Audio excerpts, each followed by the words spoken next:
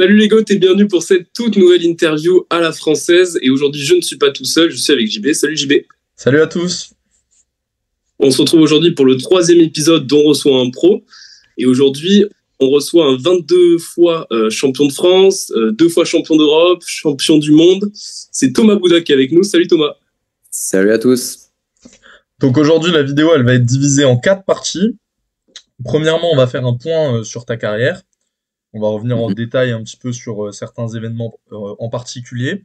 Ensuite, on va passer au tu préfères. Donc ça, je ne vais pas réexpliquer le concept, c'est assez simple. Ensuite, la troisième partie, ce sera la musette. Donc là, on va aller sur plein de questions différentes par rapport au cyclisme qui peuvent être plus ou moins en rapport avec toi. Et enfin, les questions cash. Donc là, encore une fois, le concept est assez simple, vous verrez, c'est pas bien compliqué. Donc Anto, tu peux partir sur le point carrière, vas-y. Bon, la première question, elle est assez simple. C'est comment t'es venu l'idée de faire du vélo, que ce soit sur route et ensuite aussi sur piste du coup. L'idée, elle est venue assez rapidement parce que je suis issu d'une famille de cyclistes.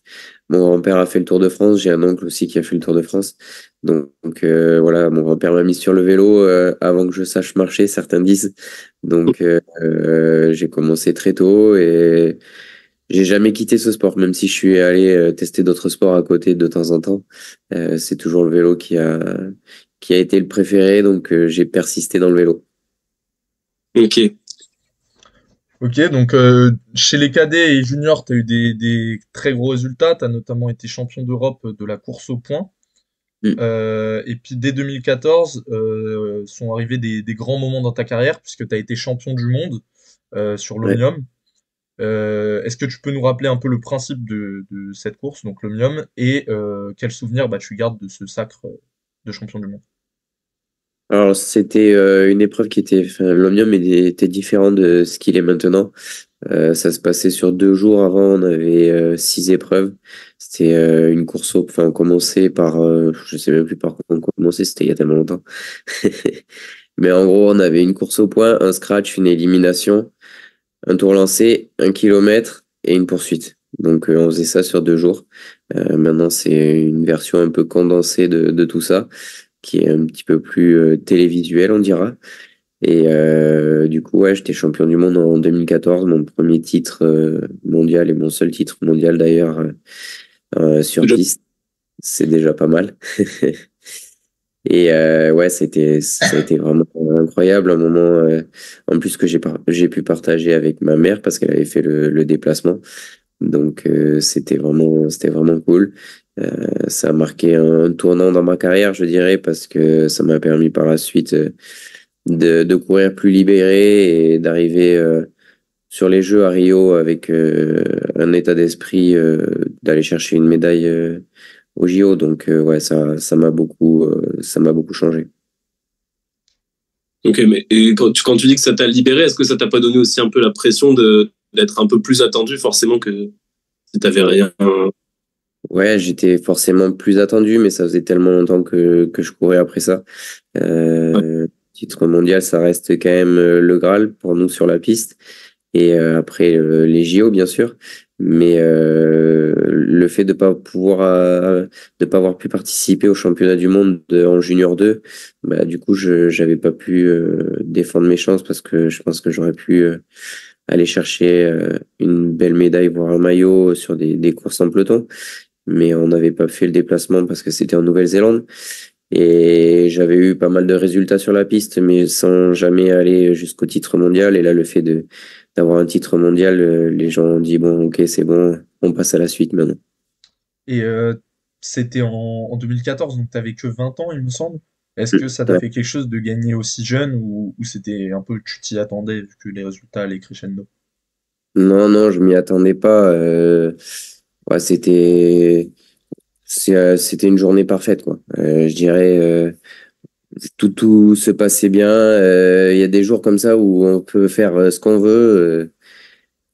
Tout se déroule pour le mieux, quoi. Et même si, comme je le disais, j'avais eu des résultats ouais, à l'international avant, un titre mondial, ça reste quand même quelque chose d'énorme. Et ouais, même si je m'y étais préparé, je pensais pas que ça allait arriver, quoi. pour revenir à la route, tu as signé chez les pros en 2015 chez Europcar avec du coup Pierre Roland, Thomas Voeckler, Brian Cocard. C'était une belle cuvée. Comment as-tu vécu cette première année chez les pros? Très bien, elle a été riche en expérience. Le fait de pouvoir côtoyer des coureurs comme ça, forcément, on progresse plus vite. Après, moi, j'étais néo-pro, donc à titre personnel sur le point de vue sportif, j'avais beaucoup de choses à prouver et déjà à bien faire mon travail en tant qu'équipier avant de pouvoir espérer pouvoir tirer ma carte, tirer mon épingle du jeu sur des courses. Et est-ce que tu penses que ton titre, du coup en 2014, ça a aidé pour signer chez Europcar ou pas du tout? J'étais déjà un petit peu dans les tuyaux de l'équipe, c'était un peu la suite logique des choses. Après, c'est sûr que ça a fait accélérer un petit peu certainement la signature.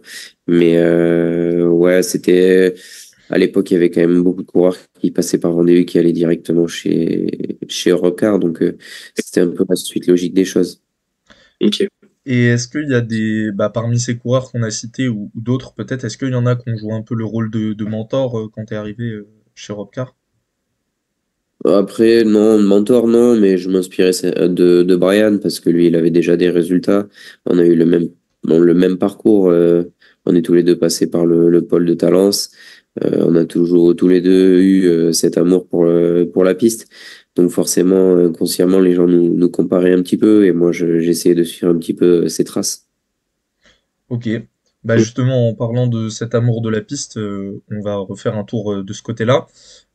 Puisque en 2016, tu participes pour la première fois au JO, donc à Rio. Il me semble que c'est la seule fois jusqu'ici où tu y as participé.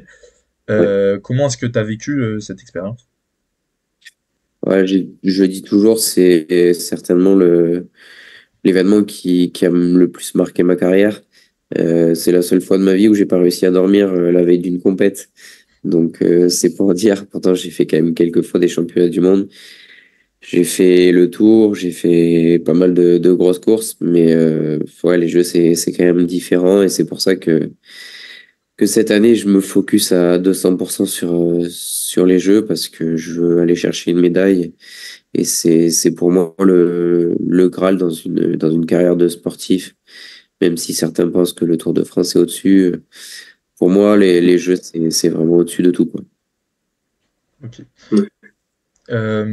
Et donc, par la suite, enfin, à la suite de ces jeux, tu as un peu délaissé la piste pendant 5 ans, il me semble, après. Ouais.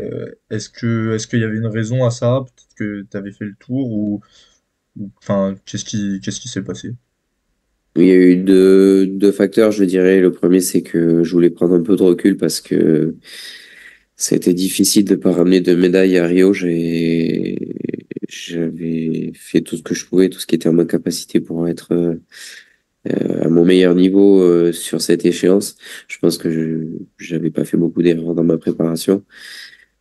Après, ça s'est pas forcément passé comme je l'aurais souhaité, donc je voulais un peu prendre de recul par rapport à tout ça. J'avais dépensé beaucoup d'énergie pour arriver prêt à cet événement, donc ouais, j'ai pris du recul par rapport à la piste. Et puis en plus de ça, sur route, j'avais davantage de responsabilités, donc les équipes m'attendaient un petit peu plus sur route, et j'avais pas forcément la possibilité d'aller sur la piste. Ouais, ok. Et juste dernière question un peu orientée JO.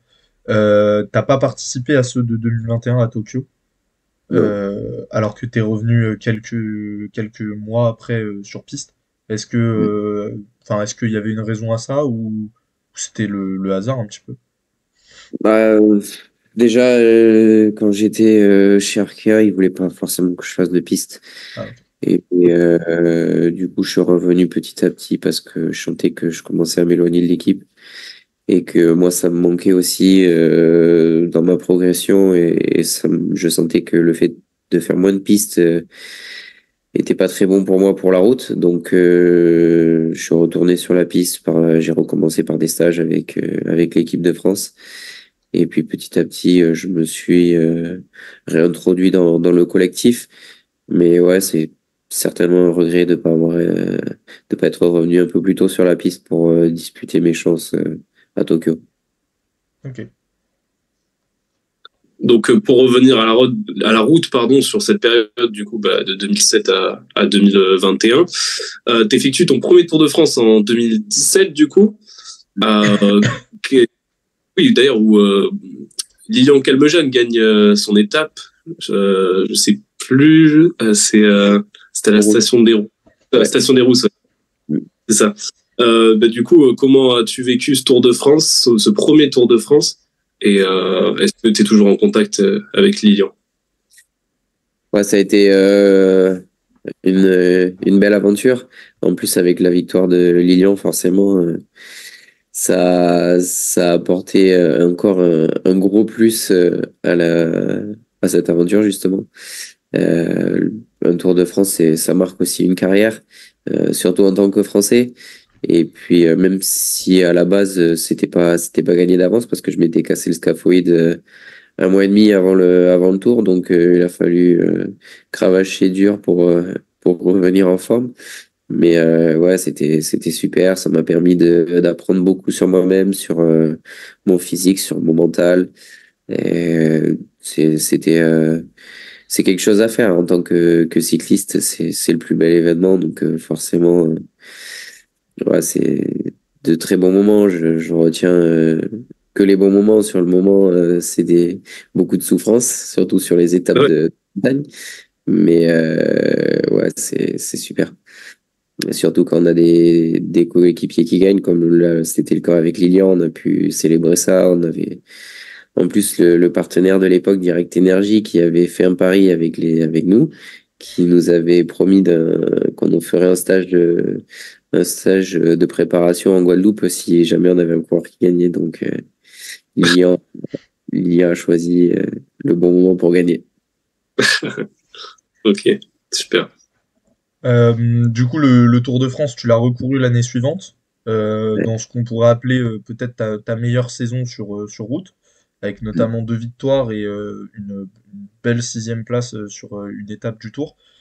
Qu'est-ce que ça fait? C'est quoi le sentiment quand on est sur le Tour de France? Ouais, c'était certainement une de mes meilleures saisons. Tous les feux étaient ouverts. J'ai pas eu de blessure pendant la saison, très peu. Euh, le fait de pouvoir disputer les premiers rôles, même si j'étais pas dans les tout premiers sur les sprints, ouais, c'est forcément plaisant parce que, comme je disais, c'est quand même une course qui est vachement médiatisée, qui a beaucoup de gens qui suivent. Donc, ça m'a permis d'évoluer un petit peu dans ma carrière et de passer un cap. Ok.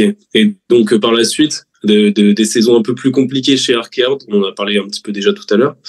Euh, Qu'est-ce qui s'est passé? Qu'est-ce que tu retiens de ces années? Je retiens que ça m'aura servi un petit peu de pour la suite de ma vie. Il y a il y a des hauts et des bas dans la vie et ça c'était un bas. Il faut en tirer les conclusions.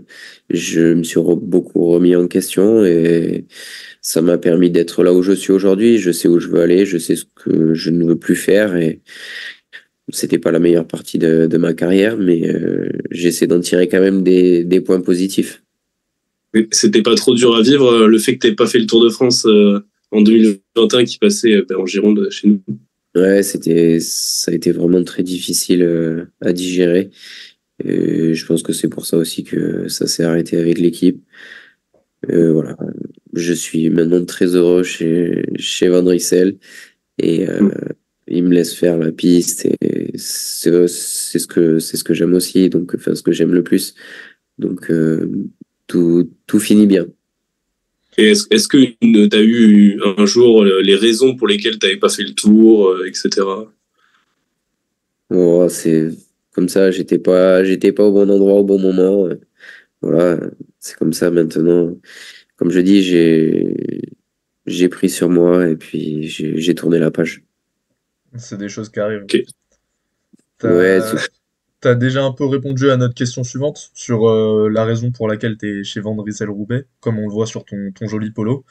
Euh, Enfin, est-ce que c'est ouais, c'est la piste. Enfin, qu'est-ce qui a expliqué ce choix de carrière parce que tu descends quand même d'un échelon en continental du coup et non plus conti pro.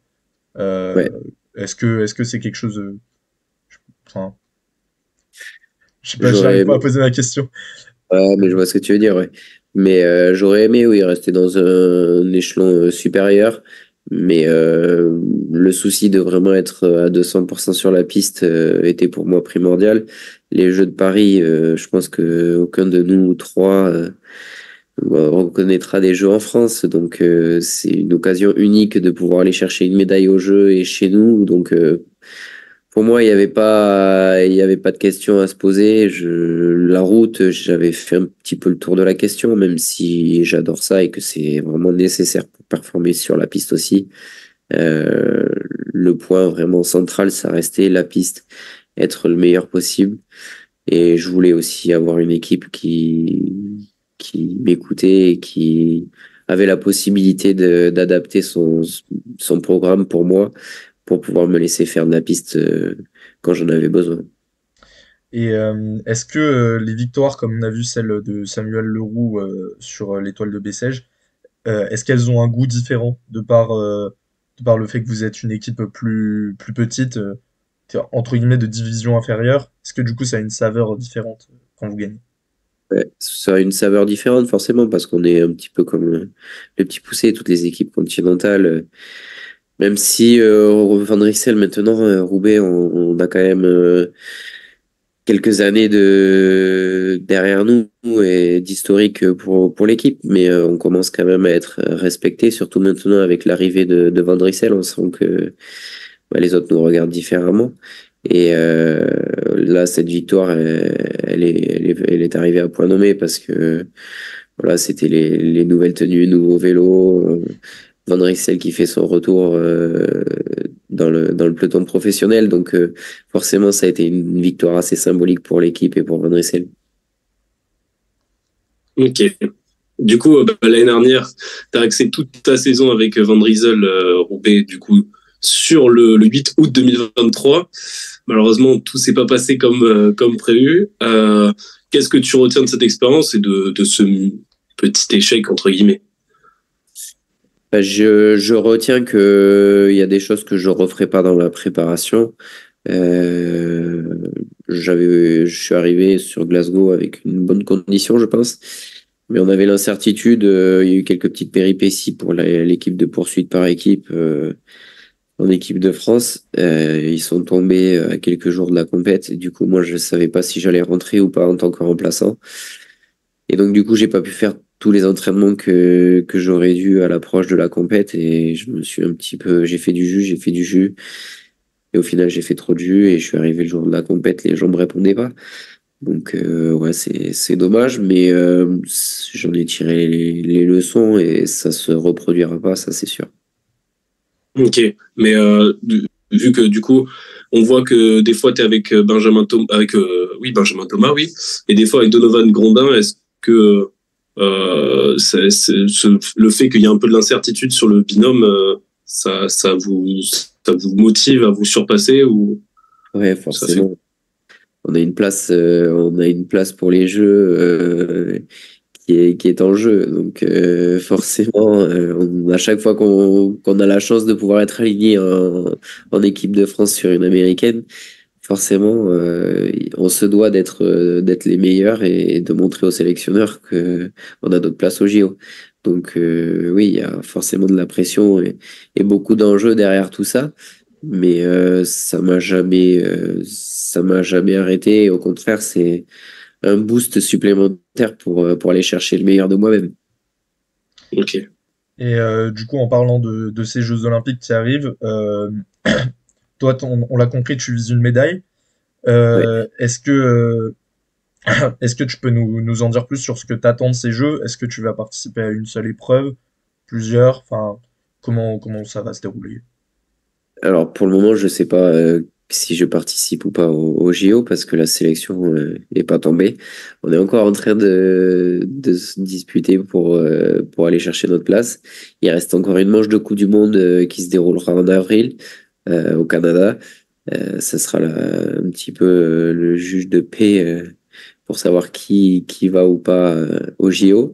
Mais dans l'éventualité que j'aille au JO, En fait, on serait que 4 coureurs. Il y a 4 places de disponibles. Et ces 4 coureurs font forcément la poursuite par équipe. Et en plus de ça, les coureurs qui font l'Omnium et l'américaine seront pris dans ces 4-là. Donc, moi, je suis en lice pour la poursuite par équipe, forcément, et l'américaine. Puisque l'Omnium, ça sera Benjamin qui fera ça. Ok. Et du coup, dernière question de cette section. Toi, tu vas avoir 30 ans cette année. Merci. Euh, pourquoi t'arrêter si tôt, en fait, puisque tu as annoncé ta retraite. Donc, Ouais. Parce que je pense que les jeux, c'est une bonne chose pour arrêter sa carrière. En plus de ça, j'ai autre chose après le vélo, puisque mes parents sont dans le vin. Et du coup, j'ai à cœur de reprendre la propriété avec mon frère et ma sœur. Et je pense qu'il est temps un petit peu de passer à autre chose. J'aurais fait le tour et j'espère que je finirai de la plus belle des façons en allant chercher une médaille. partir au sommet. Ouais. Exactement. Ok. Bon, ben, du coup, on va passer au tu préfères. Du coup, le principe est simple. Je te donne 2 propositions. Tu me dis laquelle tu préfères entre les deux. Ok. Donc, c'est parti. Piste ou route? Piste. Cocard ou Boigny? Cocard. Omnium ou américaine? Américaine. Vin de Riesel ou Canyon? Van Rissel. Entraîner l'hiver ou l'été? Bon, bah, l'été. On sait jamais, il y en a certains. Ah oui, Euh, voilà, c'est l'été à 200%.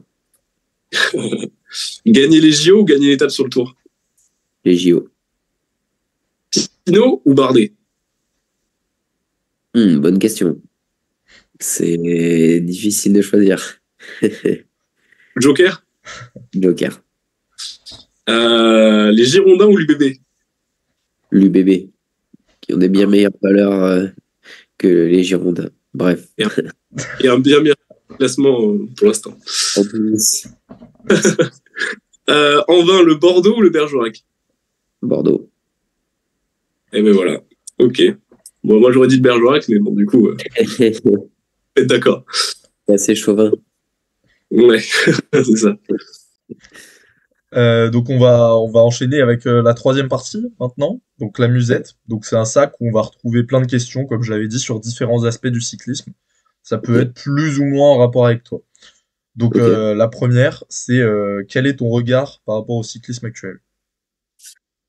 Ouf, On c'est philosophe un cyclisme. petit peu. C'est une bombe là. Cyclisme sur route, en tout cas, on va parler Oui, oui, plutôt. oui, on va partir sur ça. Bah, ça a beaucoup changé par rapport à ce que j'ai connu quand je suis passé pro. Il y a, c'est un monde qui s'est vachement professionnalisé, je dirais. Il y a quelques équipes qui restent un petit peu avec un schéma à l'ancienne, je dirais, sans que ce soit péjoratif, où ça reste quand même la famille et où les relations humaines sont importantes. Mais c'est vrai que c'est quelque chose qui a beaucoup changé. Il y a des nouveaux sponsors, il y a un peu plus d'argent que ce qu'il y avait par avant, donc forcément les enjeux sont plus importants et tout ce qui va avec, qui suit, la pression. Donc ouais, c'est différent de ce que j'ai pu connaître auparavant. En plus de ça, déjà, il y a les freins à disque qui sont arrivés. Je pense que Ouais. ça fait une grande évolution pour nous. On n'a qu'à voir le nombre de chutes qu'il y a maintenant sur les courses. Je veux bien que les aménagements urbains et tout ça aient augmenté, mais je pense que les freins à disque apportent quand même pas mal de dangerosité, surtout chez les pros.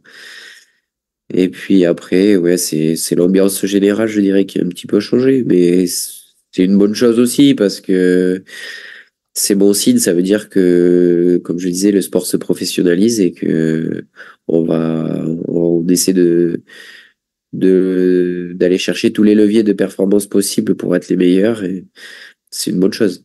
C'est bon signe. Donc, est-ce que pour toi c'est compliqué d'aligner piste et route aujourd'hui? C'est compliqué et oui, oui et non. Après, il suffit d'avoir une équipe qui est à l'écoute et qui comprend le programme piste.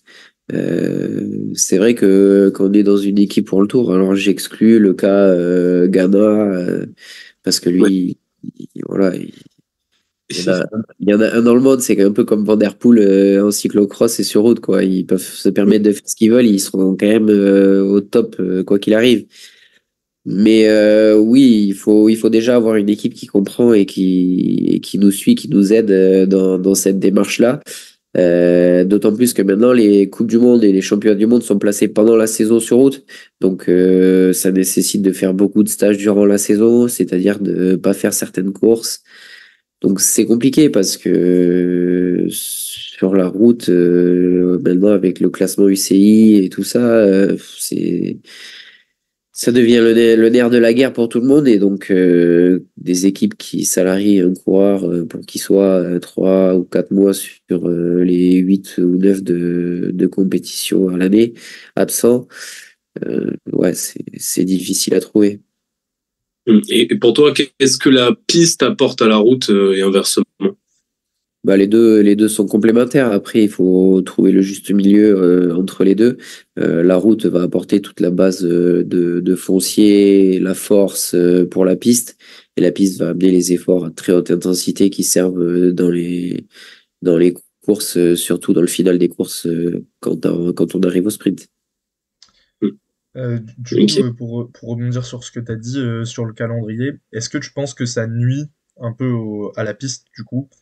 Et est-ce que tu penses que du coup, faudrait le retravailler ou que faut faire avec? Bah, je pense que la solution, ça serait d'attribuer des points sur les compétitions internationales de piste qui s'ajouteraient aux points UCI des équipes. Là, ça serait davantage d'équipes d'avoir des coureurs de haut niveau. Je dis pas qu'il faut mettre des points sur toutes les courses, mais aller faire une Coupe du Monde, aller mettre des points sur des Coupes du Monde, sur des championnats du monde, des championnats d'Europe. Moi, je pense que ça peut être une solution. Surtout que je pense que la piste, ça reste quand même une bonne école pour la route aussi. On voit quand même qu'il y a beaucoup de coureurs qui sont issus de la piste et qui sont forts sur route. Donc, je pense que ça serait tout bénef pour tout le monde. Et ça amènerait davantage de gros coureurs sur la piste aussi. Et ce qui Ouais. apporterait une visibilité plus importante. Bah, tu parlais de la piste qui révèle des talents. Est-ce que tu as un avis sur, sur Hugo Boucher, qui est déjà 4 fois champion de France, alors qu'il est encore très très jeune, je crois qu'il a que 16 ans. Ouais, Il a déjà couru en élite. Est-ce qu'on peut le comparer à toi? Voilà. je lui souhaite qu'il fasse mieux que moi. Mais bah oui, oui, tout le monde m'en parle. C'est un jeune prometteur. On parlait tout à l'heure de ce qui a changé aussi dans le vélo, c'est que maintenant les équipes pro, elles vont chercher les coureurs à 15 16 ans. Et ça a beaucoup changé par rapport à quand moi j'étais plus jeune. Mais pour revenir à Hugo, oui, je lui souhaite beaucoup de bonnes choses, qu'il se précipite pas non plus. Une carrière, c'est long, mais surtout la chose la plus importante, c'est de savoir s'entourer et d'avoir les bonnes personnes autour de soi pour prendre les bonnes décisions. Est-ce que tu es d'accord avec nous pour dire que la piste, elle est quand même sous-médiatisée par rapport à la route et même le cyclocross, finalement, qui est de plus en plus médiatisé? Et quelles seraient, toi, tes solutions? Qu'est-ce que tu penses pour y remédier? Ouais, il faudrait demander à Van Der Poel et Van Aert de venir sur la piste. Ça serait bien. Eh, en vrai, une fois qu'il aura été champion du monde de VTT, peut-être qu'il se dit il J'attends manque pas plus de que la ça. piste. Et le pire, c'est qu'il serait fort sur piste. Hein, donc, Van Aert, j'en doute pas. Ouais. Van Der Poel, je sais pas. les deux, je pense. Ils ont vraiment le profil pour être fort sur piste. Après, il faut juste assimiler deux, trois trucs. Mais vu comme ils sont forts dans toutes les disciplines, ils n'auraient pas de mal à être forts sur piste. Mais après, oui, c'est sûr que c'est un petit peu moins médiatisé que ce que peut être la route ou le cyclocross. Mais bon, déjà, ouais, voilà, sans Van Aert et Pidcock et Van Der Poel, le cyclocross, il n'y a plus personne, quoi. À part en Belgique, sur les super prestiges ou comme ça. Et la piste, ouais, il manque deux, trois têtes d'affiche qui soient capables d'attirer du monde, d'attirer la télé surtout. Parce que les gens, une fois qu'ils ont vu des épreuves de piste, tout le monde adhère parce que c'est des formats qui sont assez courts, il y a du spectacle, ça va vite, c'est facilement compréhensible. Enfin voilà, c'est quand même une discipline qui est attractive, je pense. Mais ça manque de grosses têtes d'affiche et ça manque de médiatisation. Et si on était sur France Télé à chaque fois qu'il y a des championnats d'Europe, des championnats du monde, ça vient petit à petit. Mais si c'était à des heures de grande audience, je pense que déjà ça ferait du bien. Et déjà, ils ont mis en place la Track Champions League, je sais plus le nom exact. Ouais. Donc déjà, être aidé petit à petit. Ouais, après, c'est un format un peu particulier, ça a du mal à percer parce que les gros coureurs de piste, déjà, les gros pistards n'y vont pas tous, notamment en endurance. Les sprinters, y vont, mais en endurance, c'est difficile parce que ça tombe à une période où on est en fin de saison, tout le monde est en coupure, et en plus de ça, on est obligé de participer, si on veut participer à la Champions League, on est obligé de faire toutes les manches, et c'est 4 week-ends d'affilée, et pour nous, c'est très difficile de dégager 4 week-ends d'affilée pour pouvoir faire cette. Ok. C'est un programme hyper court. En tout cas, un Français qui gagne au JO sur piste, ça pourra faire que du bien à ce sport. Donc, on te le souhaite. Sûr. Et puis, quand on aura Van Der Poel en interview, on lui en touchera deux mains. Chaque année, du coup, tu organises la randonnée la Thomas Bouddha. C'était la 2e édition l'année dernière. Du coup, est-ce que tu peux nous raconter un peu le principe de ce super projet? Ouais, c'était une rando qu'on avait lancée en 2019 parce qu'on voulait associer le milieu du vélo et le milieu du vin qui sont mes deux passions, je dirais. On a été un petit peu coupé par le Covid entre-temps, mais cette année, on s'est relancé et on part maintenant pour organiser ça tous les ans, sauf si le Covid arrive de nouveau et qu'on n'a plus le droit de sortir de chez nous encore une fois. Mais non, trêve de plaisanterie. On essaie de faire une journée assez conviviale autour du sport et du vélo, et du vélo et du vin aussi, pardon. Cette année, on a ajouté des épreuves de trail en plus pour essayer de toucher un maximum de personnes. Donc en gros, la journée se décompose en 2 parties. Le matin, c'est du sport ou pas de sport pour ceux qui viennent visiter les chais et faire de la dégustation. En deuxième partie de journée, on a un marché de producteurs où les gens peuvent se restaurer sur place en famille. On a des jeux, des structures gonflables pour les enfants, histoire que tout le monde puisse venir en famille. Et tout le long de l'après-midi, après, les gens peuvent, ceux qui ont fait du moins le sport le matin, peuvent continuer à visiter les chais, déguster les vins. Donc, on essaie de mêler mes deux passions et pour le moment, les gens sont ravis et donc ça nous motive à continuer, à toujours essayer de faire mieux pour les prochaines années. Super. Moi, j'essaierai de venir l'année prochaine. L'année dernière, je voulais venir, mais j'étais blessé, du coup. Avec grand plaisir. Ouais, super. Du coup, dernière question avant de passer aux questions cash. Si dans ta carrière, parmi tous tes sacres, tu devais en retenir qu'un, et nous dis pas Paris 2024 parce que c'est pas encore d'actualité.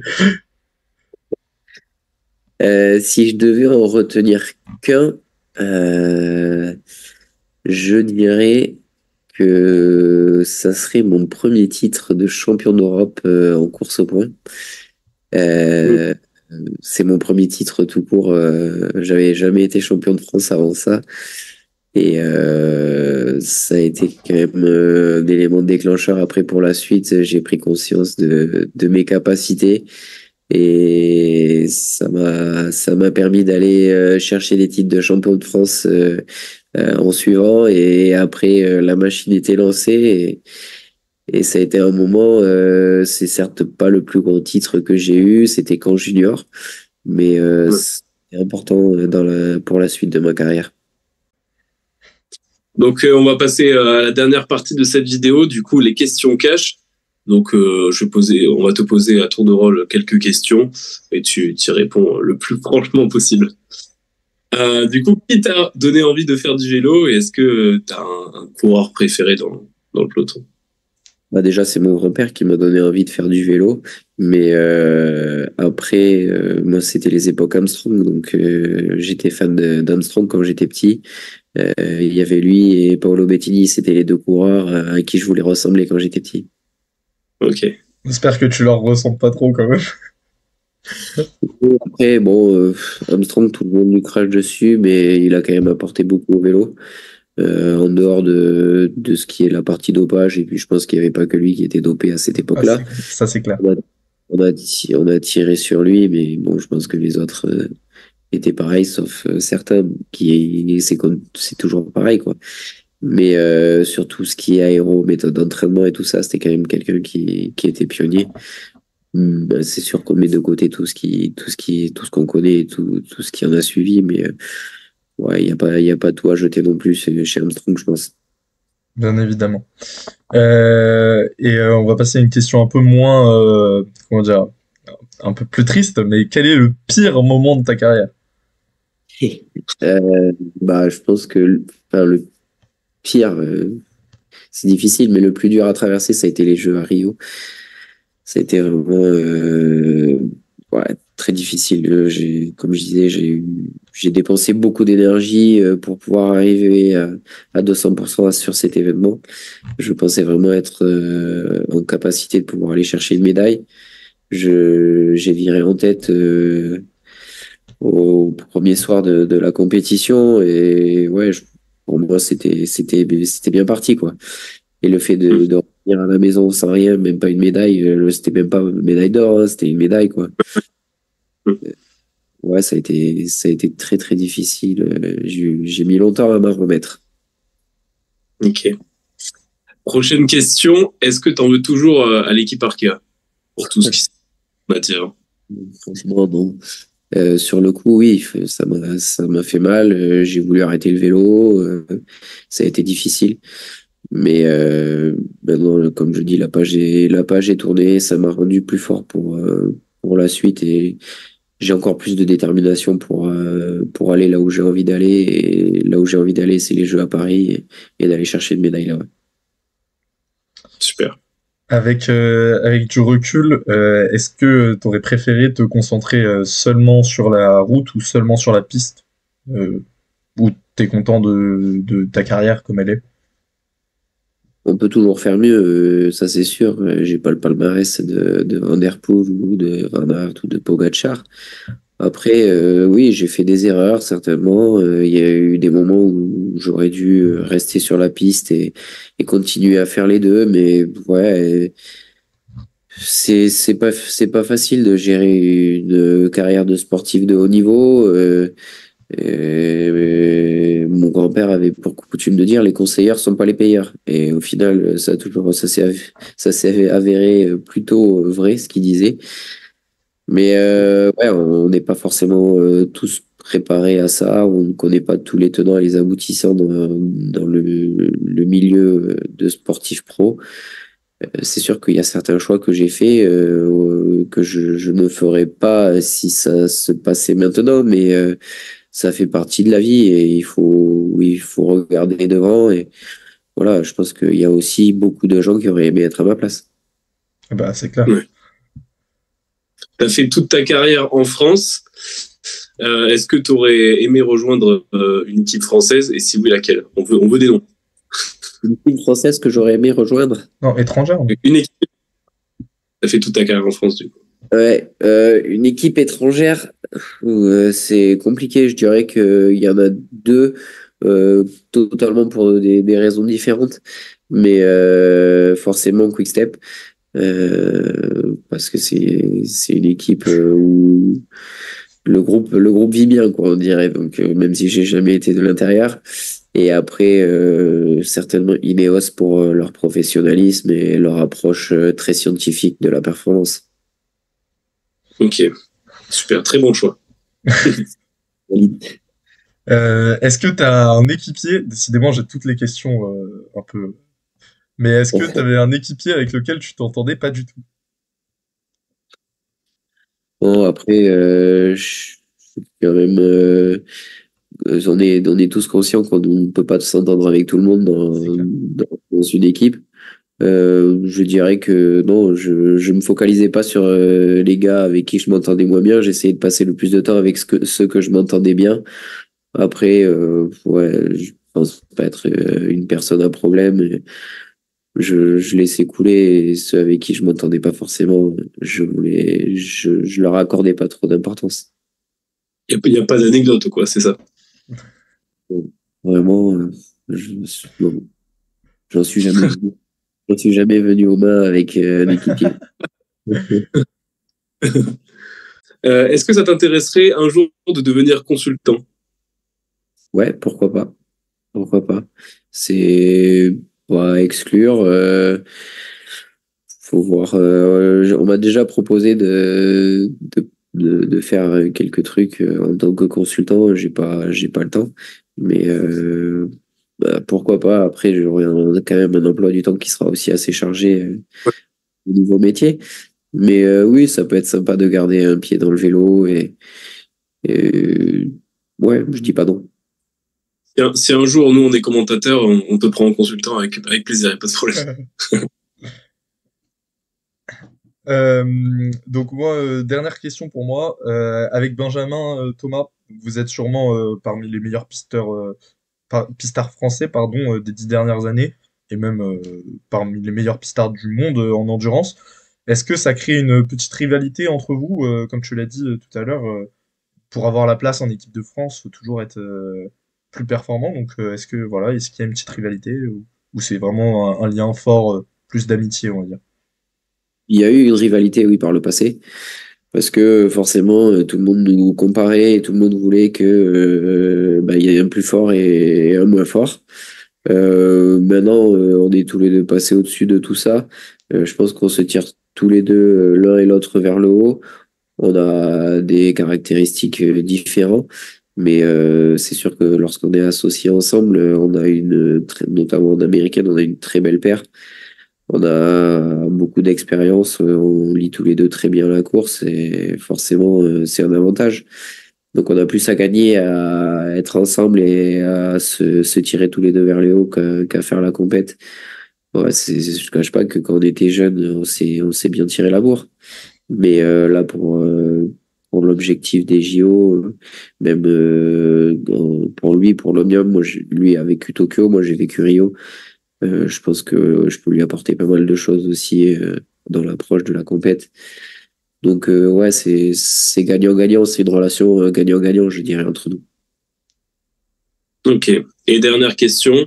À Paris, du coup, tu repars avec la médaille ou pas? Je repars avec la médaille, ouais, bien sûr.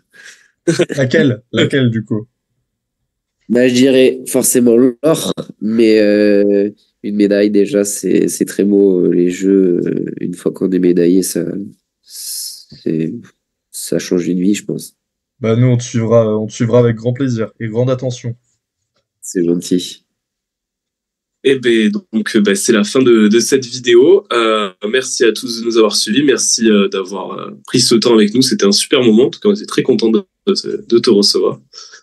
Et Merci. puis, ben, on se retrouve très vite pour de prochaines vidéos, de prochaines interviews. Salut les gars. Salut à tous. Ciao.